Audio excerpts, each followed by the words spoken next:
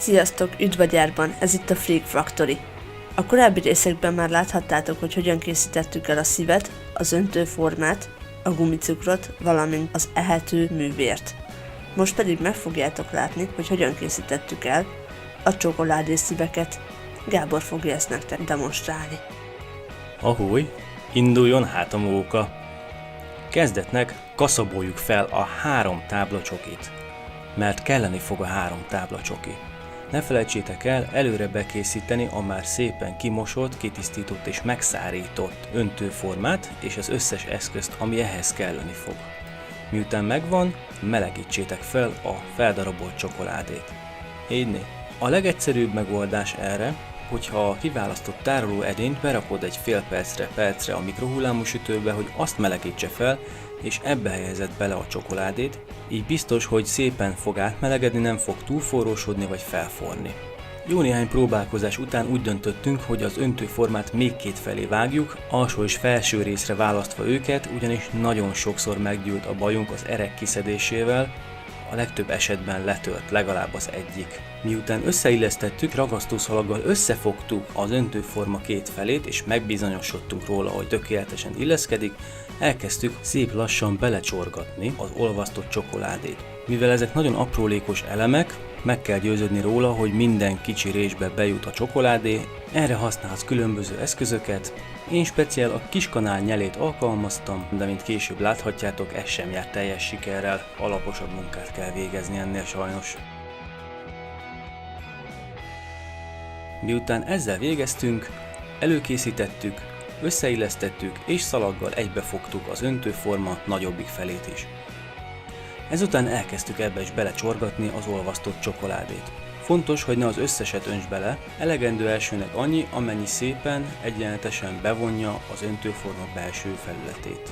Ezután adtuk csak hozzá a maradék olvasztott csokoládét, zártuk le az öntőforma tetejét, és kezdtük el forgatni, hogy egyenletesen oszoljon el belül, amíg meg nem dermed. Addig egy pár szót a temperálásról. Ez egy olyan eljárás, amelyik megakadályozza a kakaóvaj kicsapódását a magas hőfok miatt, és szép fényes marad tőle a csokid.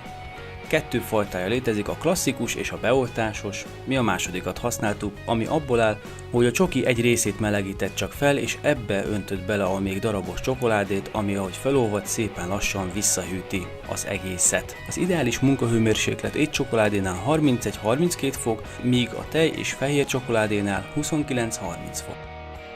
A formát hagyjátok szobahőmérsékleten, nagyjából 6 órára vagy egy egész éjszakára, és ezután lehet megpróbálni szépen óvatosan kiszedni a végső terméket. Ezen a darabban látszik még, hogy nekünk is gyakorolnunk kell a temperálást, és nem is forgattuk meg rendesen, mert a teteje még így is lyukas maradt. Megint. Ugyanígy gyorsan, de óvatosan eltávolítottuk az ereket is, nyugtáztuk, hogy ez is buborékos maradt egy kicsit, és ráillesztettük a fő testre, hogy meglássuk, hogy illeszkedik. Hogy kijavítsuk a szív öntési hibáját, egy kevéske csokoládét még utánolvasztottunk, beleöntöttük, és meggyőződtünk róla, hogy szépen, rendesen a tetejére folyik. És eztán következett a javítgatás, korrigálás Szilvi által. Szilvi, tiéd a szó! Van egy szuper korongozóm, ezzel szoktam forgatni a tárgyakat, mikor mintázok. A csokit melegítsd fel, de nagyon langyosnak kell lenni, hogy minél sűrűbb legyen. Majd öntsd az üregekbe, ezzel fogod összetapasztani a két letört részt. Nagyjából olyan sűrűnek kell lenni, mint egy nutella, akkor fogja jól össze a dolgokat, és hogyha ezzel megvagy, akkor félreteszed hűlni. De nem szabad hűtőbe tenni, mert azonnal kicsapódik a kakaóvaj. Simítgasd el, hogy minél egyenletesebb legyen. Hogyha megdermed, akkor kezdjük összerakni a két részt, vagy 3, attól függ, hány darabban szedted ki. Kend a csokival a tetejét, ez fogja össze majd, mint egy ragasztó. Érdemes mind a két felét bekenni, hogy minél több anyag legyen rajta, illetve rá a másik felét is szépen. Ügyelj rá, hogy pontos legyen, csekkold a rajzot, hogyha kell.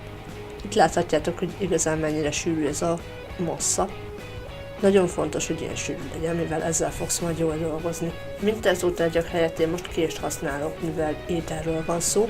Érdemes gumikesztyűt is viselni. Egyrésztről, hogy ne legyen új lenyomatos, másrésztről nem szeretnél senkinek összetapizott csokit adni. A késnek a hegyével szépen vidd fel a masszát, ügyelj, hogy minden egyes kis részbe belemenjen. Emlékeztek még, hogy készítettem a szívet? Na, pontosan erről van szó.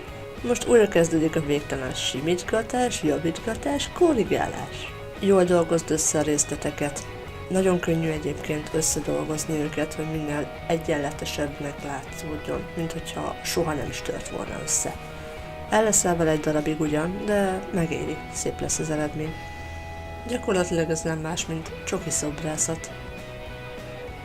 Na jó, attól én még távol állok, de akkor is. A késnek a hegyével tudod minél részletesebben összedolgozni őket, gyakorlatilag összemosod a kettőt. Hogyha elkezd megszilárdulni, akkor a késnek a lapjával simítgasd el, ettől lesz szép, sima és fényes majd a felület. Már amennyire fényes tud ilyenkor már lenni.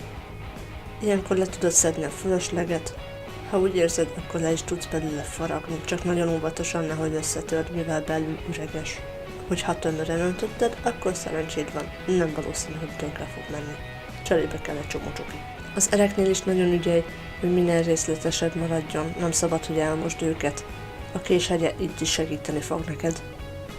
Ott, ahol nem muszáj nagyon részletesnek lenni, ott ki tudod dolgozni a hepehupákat a késhegyével. A szívet érdemes megtámasztani, hogyha a kezedbe tartod, akkor meg fog olvadni. Én erre a célra most a formát használtam. Hogyha esetleg kisebb a szíved és nagyon-nagyon nem félsz hozzá, akkor ezt a műveletet nagyon vékony tűvel is meg tudod csinálni, hogyha szeretnéd.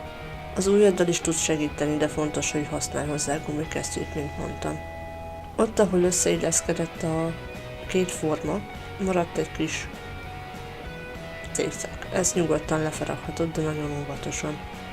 Hogyha kicsit többet faragsz le belőle véletlenül, akkor nyugodtan még csokival tömd be ezt a rést. Késsel még javítgasd egy kicsit, simítgasd egy kicsit, és kész is vagy. Reméljük tetszett a mi kis alkotásunk, hogyha igen, ne felejtsetek el minket támogatni egy feliratkozással, lájkkal és megosztással. Valamint kérlek, halmozzatok el minket kommentekkel, nyugodtan mondjátok meg, mit szeretnétek látni, minden ötletet szívesen várunk. Sziasztok!